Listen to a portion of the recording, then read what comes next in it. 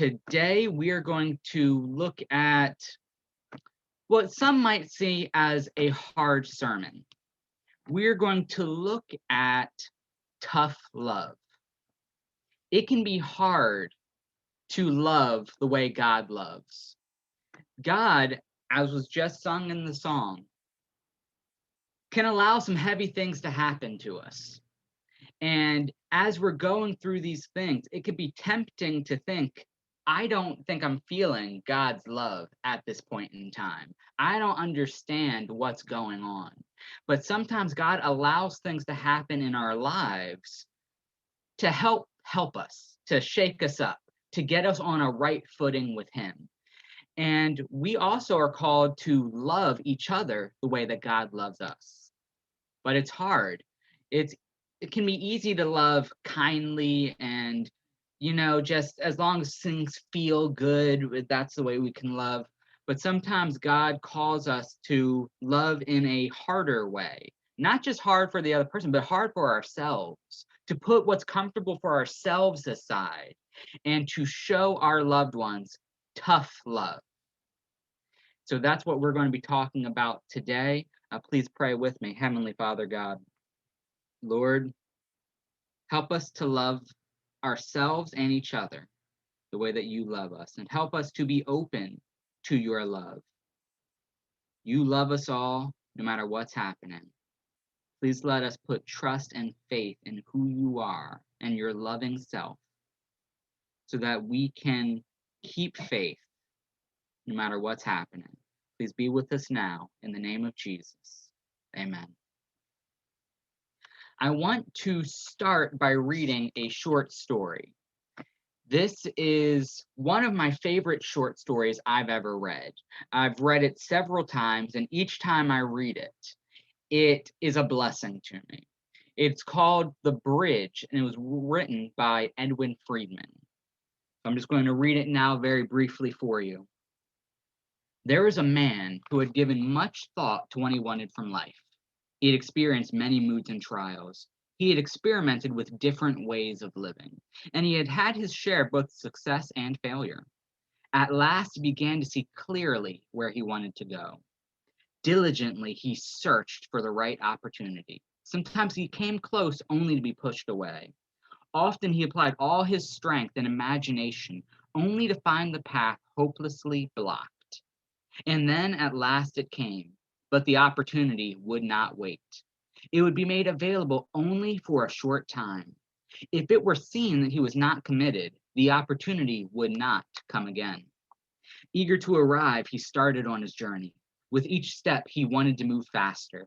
With each thought about his goal, his heart beat quicker. With each vision of what lay ahead, he found renewed vigor. Strength that had left him since his early youth returned, and desires, all kinds of desires, reawakened from their long dormant positions. Hurrying along, he came upon a bridge that crossed through the middle of a town. It had been built high above a river in order to protect it from the floods of spring. He started across. Then he noticed someone coming from the opposite direction. As they moved closer, it seemed as though the other were coming to greet him. He could see clearly, however, that he did not know this other, who was dressed similarly except for something tied around his waist. When they were within greeting distance, he could see that what the other had around his waist was a rope. It wrapped around him many times, and probably, if extended, would reach a length of 30 feet. The other began to uncurl the rope, and just as they were coming close, the stranger said, "Pardon me, would you be so kind as to hold the end for a moment?" Surprised by this politely phrased but curious request, he agreed without a thought, reached out, and took it. "Thank you," said the other, who then added, "2 hands now, and remember, hold tight." Whereupon the other jumped off the bridge. Quickly, the free-falling body hurtled the distance of the rope's length, and from the bridge, the man abruptly felt the pull. Instinctively, he held tight, and was almost dragged over the side. He managed to brace himself against the edge, however, and after having caught his breath, looked down at the other dangling close to oblivion. "What are you trying to do?" he yelled. "Just hold tight," said the other. This is ridiculous, the man thought, and began trying to haul the other in. He could not get the leverage, however. It was as though the weight of the other person and the length of the rope had been carefully calculated in advance, so that together they created a counterweight just beyond his strength to bring the other back to safety. "Why did you do this?" the man called out. "Remember," said the other, "if you let go, I will be lost." "But I cannot pull you up," the man cried. "I am your responsibility," said the other. "Well, I did not ask for it," the man said.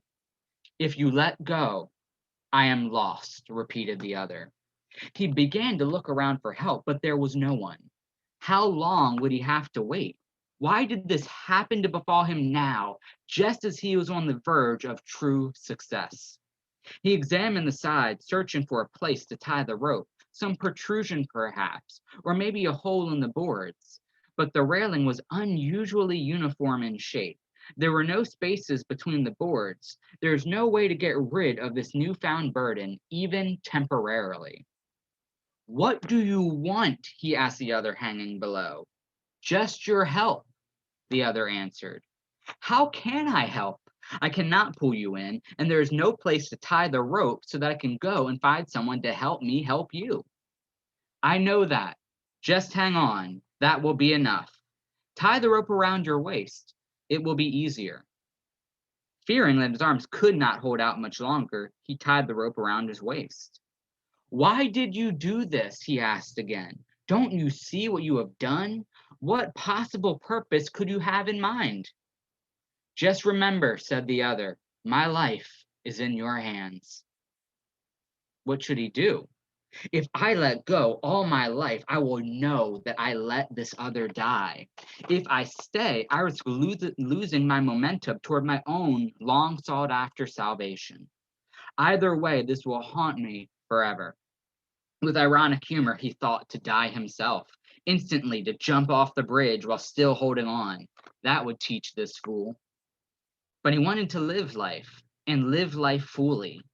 What a choice I have to make. How shall I ever decide? As time went by, still no one came. The critical moment of decision was drawing near. To show his commitment to his own goals, he would have to continue on his journey now. It was already almost too late to arrive in time. But what a terrible choice to have to make. A new thought occurred to him. While he could not pull this other up solely by his own efforts, if the other would shorten the rope from his end by curling it around his waist again and again, together they could do it. Actually, the other could do it by himself, so long as he, standing on the bridge, kept it still and steady. "Now listen," he shouted down. "I think I know how to save you." And he explained his plan. But the other wasn't interested. "You mean you won't help? But I told you I cannot pull you up myself, and I don't think I can hang on much long either." "You must try," the other shouted back in tears. "If you fail, I die." The point of decision arrived. What should he do? My life or this other's? And then a new idea, a revelation. So new, in fact, it seemed heretical. So alien was it to his traditional way of thinking. "I want you to listen carefully," he said, "because I mean what I'm about to say. I will not accept the position of choice for your life, only for my own. The position of choice for your own life, I hereby give back to you." "What do you mean?" the other asked, afraid. "I mean simply, it's up to you. You decide which way this ends. I will become the counterweight. You do the pulling and bring yourself up. I will even tug a little from here." He began unwinding the rope from around his waist and braced himself anew against the side. "You cannot mean what you say," the other shrieked. "You would not be so selfish. I am your responsibility. What could be so important that you would let someone die? Do not do this to me." He waited a moment. There was no change in the tension of the rope. "I accept your choice," he said at last, and freed his hands.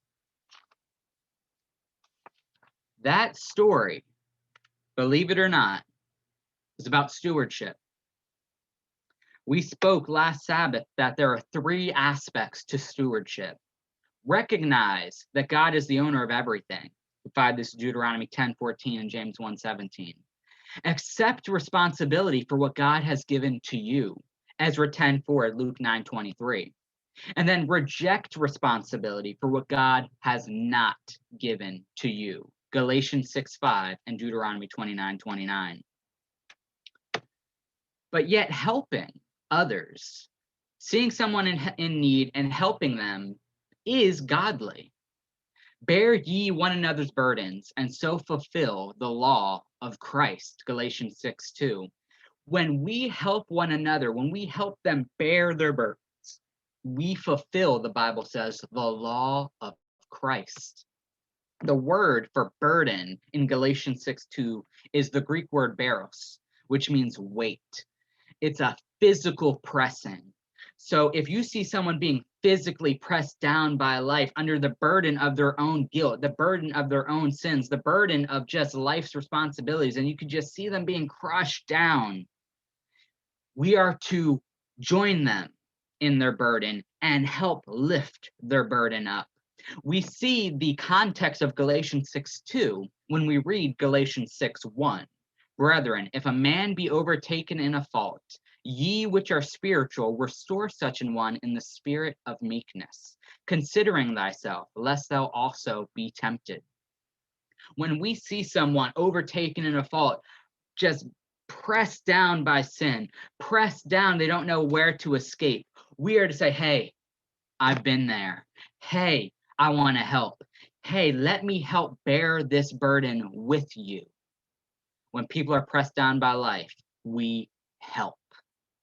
But when we jump down to Galatians 6:5, we read, for every man shall bear his own burden. Now, we just read in Galatians 6:2 that we should bear one another's burdens. And now the disciple is saying every man should bear his own burden. How can we reconcile this? Well, the word for burden in Galatians 6:5 is different from 6:2. In 6:2, it was baros, meaning a weight, a pressing. In Galatians 6:5, the word for burden is portion, where we get the English word portion. And it is a task or a service. It literally means something carried, but it's used metaphorically to mean a task or service, something that we've got to do.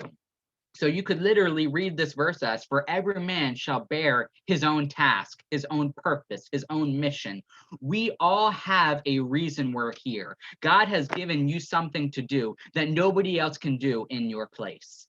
I have something that God has given me to do that nobody else can do in my place. There is someone that we can reach out to that no one else is quite qualified to reach out to.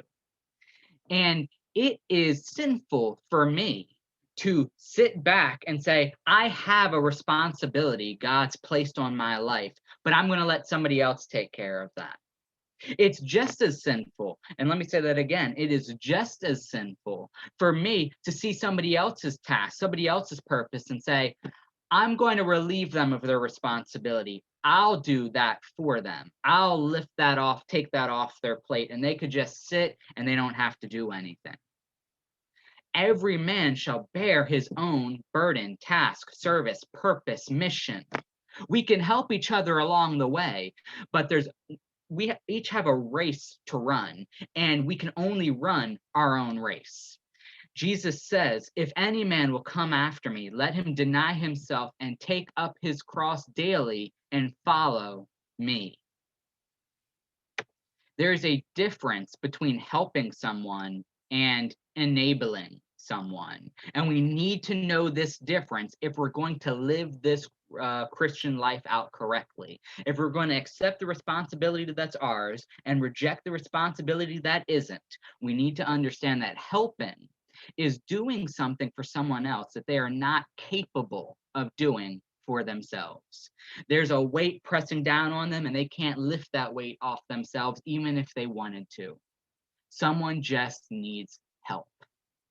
Enabling is doing things for someone else that they can and should be doing for themselves. Helping isn't a problem. The problem occurs when we start to work harder than the person we're helping. We start to care more than the person who says they need help. When we take responsibility for their behavior and for the consequences of their behavior, well, I can't let it happen to them. We've tried to help, but we can't do everything for everybody. And when they can do it themselves, God says they should. Now, some people need more help than others. Some people can do certain things that other people just can't do. And so there's no catch-all. There's no every man needs to be able, or every man and woman needs to be able to do this, and every man and woman should not be able to do that.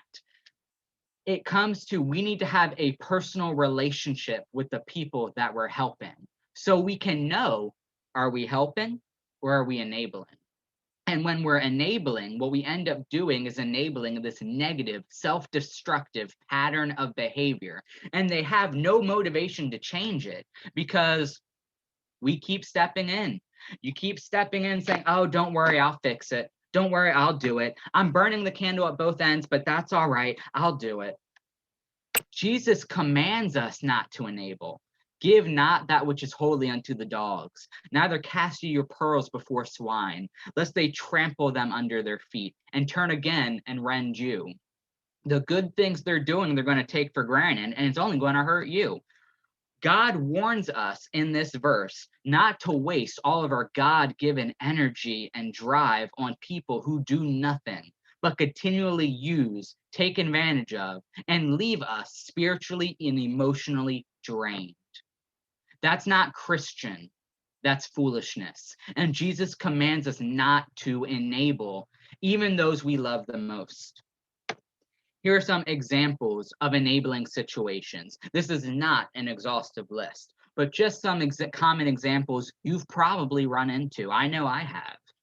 Doing work for a coworker. We all have or have heard stories about that one coworker that, oh, we just need to cover for. If it's one time, oh, can you help me with this project, or can you help me get this thing done? Sure, absolutely, I'll help you. But if it's a pattern of every single day or every single week, they're not getting their stuff done and we have to come up behind them and do it for them. They don't get to work on time, so we clock them in on time anyway. Or they leave early and we make sure we clock them out on time anyway. Or whatever it is, it's covering for a coworker time and time and time again. Addiction is one of the key examples people use when it comes to enabling behavior. Enabling someone who is in the midst of struggling with an addiction. Well, they got too drunk, they couldn't show up to work on time, so the wife will call the husband's boss, say, oh, he's just sick today, he can't come in. Or they do something, oh, well, that they didn't mean it, that's okay. They just need, yeah, they spent this money that I gave them for rent and they spent it on drugs, but I'll just keep giving them. Abuse is another one. Staying in an abusive relationship. Well, yeah, he hit me, but he didn't mean it. Or, yeah, she did this to me, but oh, she was just having a hard day at work. Making excuses for the other person abusing you and making it seem like, oh, well, if I hadn't taken so long to get dinner ready, if I hadn't said that thing, if I had looked this way, if I had done this, I wouldn't have deserved to have been hit. Enabling. Giving money. Again, giving money, being charitable, that's great. But oh, I need help with rent. Do you have $100? I just need to help to make rent this month. All right, sure. Here's $100. Next month, hey, I need another $100. Hey, I need another $200. Hey, I need this. What happened to the money I just gave you? Oh, well, I spent it on this or that, or this came up. And when we continue to give and give and give, we're not helping them become financially responsible. We are encouraging a pattern of financial irresponsibility. Protecting kids from consequences. This is huge in parenthood. We don't want to see our kids hurting, so we're just going to help. And this could take so many forms. It could take the form of not punishing a child when they should be punished. Oh, yeah, they mouthed off and I'm not happy. Hey, don't talk like that. It could look like somebody, child coming to you 9 p.m. at night. Hey, I've got a project due for first thing in the morning. And now we're up at 2 a.m. working on a project like we're the ones in 5th grade. Could look like a child's moved out and they've taken our car. And now they've gotten tickets on our car. Now we've got to pay for tickets that we didn't get. How is that right? Or it could look like, oh, continuing to, again, give money, pay and pay and pay. There are just different examples here of protecting kids from consequences. And the last one here on that list, letting people live in your house for free. I'm not talking about children. And I'm not talking about children who are in college, who are just trying to make a way. They're doing something to better themselves. But if you've got a grown adult, and it might be your child, but you've got a grown adult not going to college, not doing something to better themselves, and they're living in your house for free. Now, if you are letting someone live in your house, hey, you can crash on my couch or you can stay in the guest room, and they've been there for a few months and they're chipping in for the utilities or they're chipping in for the rent, that might be different. But if someone's there and you said you could stay for 2 months and it's been 6 or it's been 8 or it's been a year and they're still in your house, that's enabling. Oh, well, I'll get a job soon. Oh, I'm looking, it's just nothing's turned up yet. It's been a year and a half.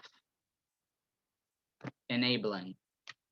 Often we tell ourselves that the Christian thing to do is to keep helping and helping and helping, no matter how much it wears us down.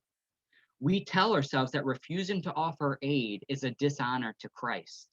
Yet continually trying to help somebody who doesn't really want to be helped does not advance the kingdom of God. It doesn't motivate others to take up their cause for Christ, and it prevents us from taking up our cause as well. So why do we do it? One of the main reasons we enable those we love is because we just can't stand to see the people we love hurting. We can't stand to see them in pain. You think of the child in the grocery store. I'm sure you've seen it. A child starts melting down. I want the candy. Please get me the candy. I need it. I need it. And the parent, okay, just stop crying and give him the candy bar. And you just shake your head. And then there's another parent. Same situation, the child crying, please, I want candy. Please, I need the candy bar. Please, please, please. And the parent says, you're going to stop crying right now, or when we get home, I'm going to give you something to cry about. Who is the one who showed love to their child? The one who said, you can keep on crying, but you're going to get it. The one who said, I'm not giving in to your tantrum. I'm not going to give in because you say you're hurting. I care more about the maturity and the character development for you down the road than you temporarily right now being happy because you have a candy bar. He that spareth his rod hateth his son, but he that loveth him chasteneth him betimes. Proverbs 13:24. Proverbs 19:18. Chasten thy son while there is hope, and let not thy soul spare for his crying. While there is hope, some parents wait until their children are teenagers to try to be a parent. You can't wait.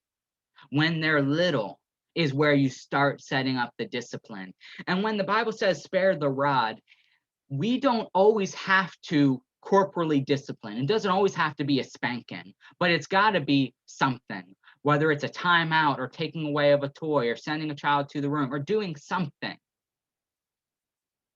There's got to be some sort of consequence. And the Bible says, let not thy soul spare for his crying, because God knows it's hard for a parent to discipline a child. When the parent says, this hurts me more than it hurts you, the parent is speaking truthfully.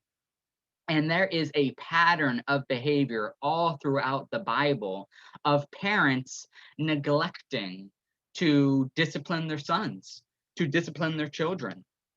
Abraham neglected Ishmael, but it says here Isaac favored Esau when Isaac should have confronted Esau and demanded of Esau a higher level of integrity.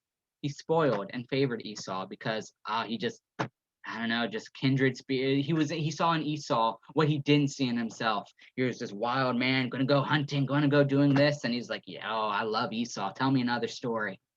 But didn't foster his emotional, his spiritual development.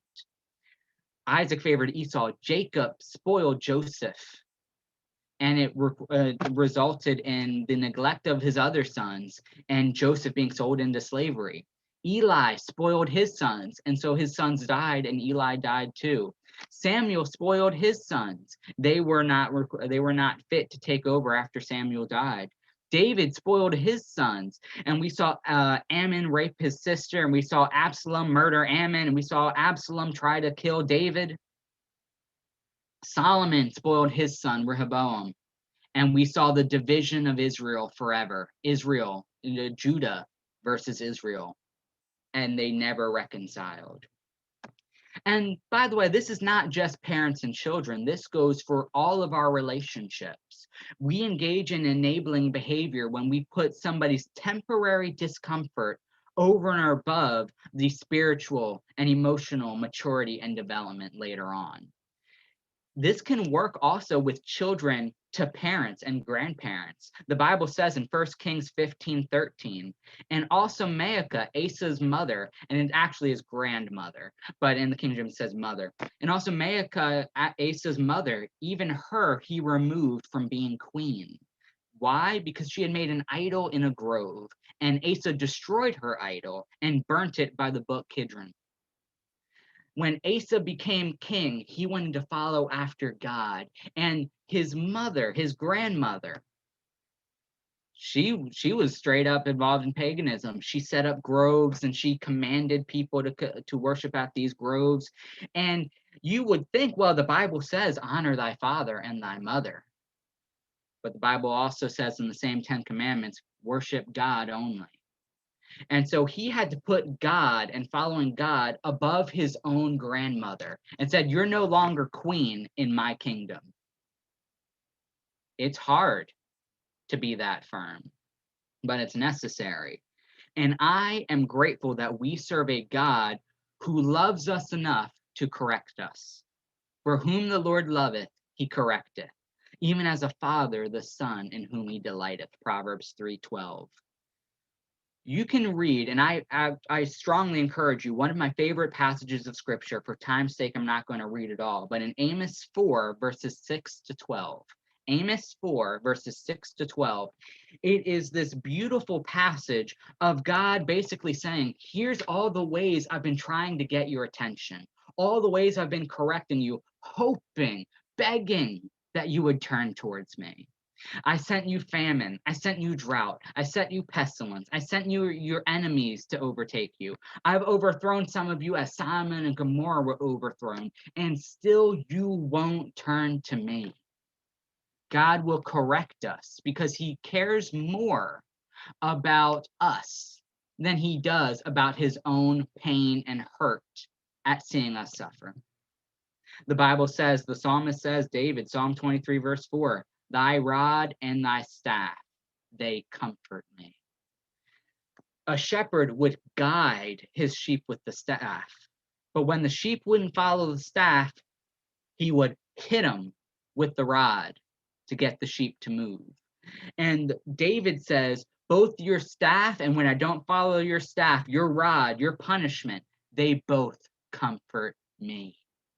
God, there is comfort found in God's correction. In fact, there's blessings to facing our consequences. Now, no chastening for the present seemeth to be joyous, but grievous. Nobody enjoys facing negative consequences. Nobody enjoys punishment. It's not joyful. Yea, it hurts. Nevertheless, afterward it yieldeth the peaceable fruit of righteousness unto them which are exercised thereby. It hurts now, but because we face our consequences, because we are chastened, because we are punished now, later on, it will yield the peaceable fruit of righteousness. Hebrews 12:11. And when we stand in the way of consequences, when we see our loved one doing something, engaging in a negative pattern behavior, and instead of standing back and letting them reap what they've sown, instead of my child racked up $2,000 in parking tickets and letting them pay the parking tickets, I'm going to stand in between my child and the parking tickets, and I'm going to take the chastening. When we protect our loved ones from their own consequences, we are standing in the way of one of God's main methods of helping our loved ones overcome and change their own problematic behaviors. We stand before God in correcting our loved ones. And this isn't easy. This type of tough love is a warfare. This is a quote from the book The Joey Song from Sandy Swenson.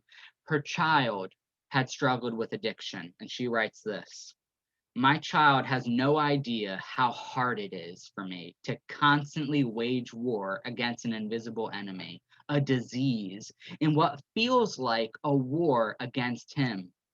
He has no idea the toll it takes hating the addict and loving the son." Warfare, spiritual warfare as well. This is the way God, you could say that God looks at us. There's an invisible enemy, sin, that God hates. And so often we take his chastening personal, when really he's trying to say, I'm loving you by letting you face consequences. But here we see on a personal human level, here's a mother hating the addict, but loving the son and being tough and firm, even when the child is crying out, "Why do you hate me?" And this isn't just for addiction. This is for any of the other type of enabling behaviors we've talked about, and then some. But it feels like warfare. It feels like that. A mother wrote, this was a post someone wrote titled, "I will not help kill my child. My baby grew up to be an addict. There was a time when I believed a mother's love could fix anything, but it can't fix this. For too many years, I thought I was helping my child. I thought I was doing my job by keeping him out of trouble and getting him out of trouble and believing him even when he lied.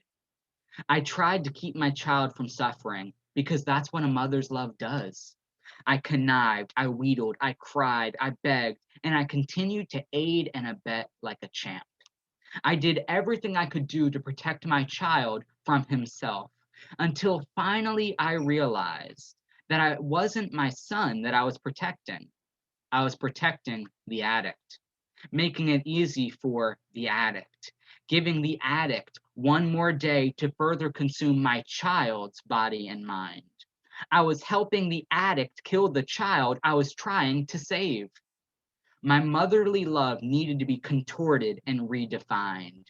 There's nothing about this kind of love that feels good. But I'm not doing it for me. I will do nothing ever again to help the addict, because if I do, I have no hope of ever seeing my child. I love my child, and it is because I love him that I'm done paying the addict's ransom. Many of those who were being enabled perceive the lack of enabling as a lack of love. I used to work in Baltimore, working with the homeless and the mentally ill and the drug addicted. And I heard several times people say, "My family turned their back on me. My family doesn't love me anymore." And I'm thinking to myself, of course they love you. That's why they kicked you out. That's why they're not helping you. That's why they're leaving you to figure it out on your own, because they love you. Maybe you've been in that boat. Somebody you thought should help you again. Just one more time. They should have helped me again. And they didn't. And you took it personal. They don't love me. Of course they do. Otherwise, they would have kept helping. And even though for the time being, it's hard and it hurts, and you think, this person that I'm trying to help, not just with addiction, not just with addiction, but this person that I'm trying to help with financial responsibility or laziness or whatever. Even though right now they think that I'm hating them and they're reacting negatively to me, and I might even have to cut them off for the time being. And I don't see how this could possibly help. In time, by God's grace, it can. It can. This was an open letter, so to speak, that I stumbled across of. It's titled "To the Mothers of the Addicted." And by the way, you could easily just say the fathers of the addicted. But here it is, "To the mothers of the addicted." It says, "Thank you for kicking us out of the house. Thank you for never giving us money so we could get one more high before detox. Thank you for never taking our calls unless we were clean or in treatment. Thank you for never getting us a job from one of your friends. Thank you for never putting your reputation on the line for us. Thank you for never bailing us out when we called. Thank you for removing us from your life. Thank you for continuing on with your own life while we were out there getting high. Thank you for not choosing us over your marriage. Thank you for not enabling us. Thank you for taking the calls from our therapists. Thank you for the letters you wrote. Thank you for the family sessions you participated in. Thank you for the blankets and bed sheets you dropped off at our sober house. Thank you for the prayers. Thank you for your love. Thank you for your faith. Thank you for your strength. And when we were weak, thank you for telling us to figure it out. We didn't need a friend. We didn't need a banker. We didn't need a hostage. We needed a mother. Thank you for being you." So how can we do this? How can we show this type of tough love when it goes against all of our natural instinct? One of the ways we can do this is to prioritize our own purpose. This isn't being selfish. This is answering the call that God's given us. Our purpose is not to live a life of luxury and just, well, hope everybody else makes it. But our purpose is to do something for the kingdom. God has given us all a mission and a purpose in this life.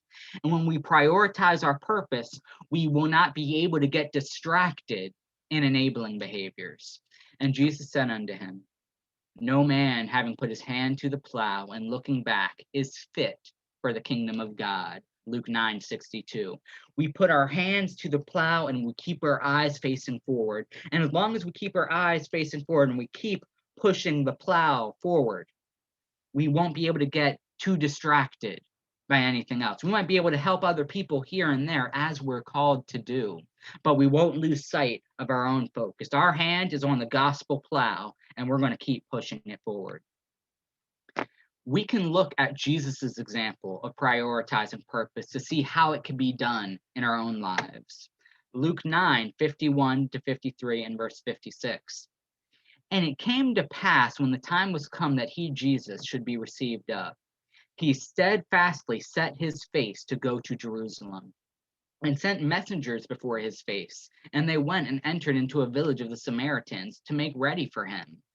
And they did not receive him because his face was as though he would go to Jerusalem." So here's Jesus. He knows the cross is coming. He knows that he has an appointment with destiny. And if he's going to save fallen humanity, he's got to be at the right place at the right time. And that right place and right time, it will be in the Garden of Gethsemane, and then dragged down to Calvary's cross. And he's got a mission. He is steadfastly heading towards Jerusalem. Here's the city in Samaria, and they reject him, not because they don't want him there, but because they want him to stay. "Jesus, stick around. Jesus, you're just heading to Jerusalem. We need you to stay a few days, work a few miracles, teach us a few things. We want to hear from you, Jesus. You need to stay with us." And if Jesus was any less of a man, he would have said, "Well, that is my purpose, right? To help people. Here, I perform miracles. I help people. Here they have faith. They're saying, come help, come do for us. And so I should stick around a few days and I should help them out. Isn't that what I'm supposed to do? Isn't that the Christ-like thing?" But Jesus, having his mind on eternity and having his mind set on his mission, said, essentially, You guys want me to help and do some miracles for you now, in the temporal, in the world. You want some temporal miracles, but I'm going to work an eternal miracle. You want to be saved. You want some saving miracles right here, right now. I'm trying to save you for eternity. I'm going to die on Calvary's cross for you. That's the miracle that I'm concerned with. That's a miracle you should be concerned with. And did he go, oh, I guess I should give in. I should go do nice things. No, they went to another village. He shook the dust off his feet and he kept on trucking because his mind was on his mission. He prioritized his purpose. And we see Jesus's command for us to do the same. And another of his disciples said unto him, Lord, suffer me first, allow me first to go and bury my father. But Jesus said unto him, follow me and let the dead bury their dead. Matthew 8:21-22. And we look at that and we go, man, Jesus, you wouldn't let him bury his own father? But all the theological commentators suggest that what the disciple was really saying was, my father's alive. Let me wait until my father dies. And when my father's dead, then I'll bury him and I'll go follow you. And Jesus is saying, if your father is going to stop you from following me, he's already dead. Let the dead take care of their dead. You follow me. He that loveth father or mother more than me is not worthy of me. And he that loveth son or daughter more than me is not worthy of me. Matthew 10:37. Jesus is saying, even if we prioritize our own family over and above him, over and above our purpose, over and above our mission, over and above what God would have us to do, we are engaging in enabling behavior and we're not fulfilling his command. So here is the appeal for you and for me. For those who find yourselves, as you've been listening to this sermon, I think I've been engaging in enabling behaviors. I've been helping those who really should be helping themselves. And I've been encouraging a negative pattern of behavior. And I've been doing nothing to help them grow or challenge or develop. I would encourage you to follow the example of Jesus. Prioritize your purpose. And when you get to work doing what God's called you to do, the stopping of the enabling, the helping here and there, but I'm no longer going to encourage this pattern of self-destructive behavior. That'll come. If you find yourself, ooh, I think maybe I'm the one who's been enabled. I've been kind of living this life, letting other people do things for me. I've been letting mom and dad take care of me, or I've been letting my coworker do this, or I'm been using or abusing or doing something. I've been letting my spouse take the heat for it, and I've been blaming everybody else for my actions. If that's the situation you find yourself in, I encourage you to take responsibility for your actions today and say that I am going to lift up my cross, and I'm not going to wait for my mom or my dad or for my brother or my sister or my this or my that to do it for me. If you find yourself, your family has cut you off a long time ago and you thought to yourself, oh, it's because they hate me, it's because they don't love me. But as you're thinking over it, maybe it was because they were trying to help you. They're trying to not enable you. And you've been holding on to this bitterness and this resentment. How dare they do this to me? I encourage you to let that bitterness go today and reach out and say, mom, dad, brother, sister, whoever it is, friend, thank you for having cut me off. I'm sorry for what I put you through. And maybe none of these describe you right here, right now. Maybe they did in the past. They probably will maybe at some point in the future, but maybe they don't right now. Maybe they won't. But you certainly know of someone who's enabling someone, or you know of someone who's being enabled. Pray for them. And please all join me while I pray this benediction. I'm actually not doing the benediction, but while I'm praying this appeal for all of us right here and now. Heavenly Father God, Lord, your love doesn't always look like how we expect it to. And if we're following you, our love shouldn't always look like those who receive our love expect it to. But when we change our love and we set up boundaries and we no longer engage in enabling, it hurts. It hurts us, Lord. So, God, I'm asking that for everyone who's listening, please strengthen our hearts and our minds. Give us that courage and that faithfulness and dutifulness to stand up and do what's right, even though the heavens fall. Lord, please be with those who are being enabled. It's hard to make a change. It's hard to take responsibility. It's hard to do something different when we're so used to things being a certain way.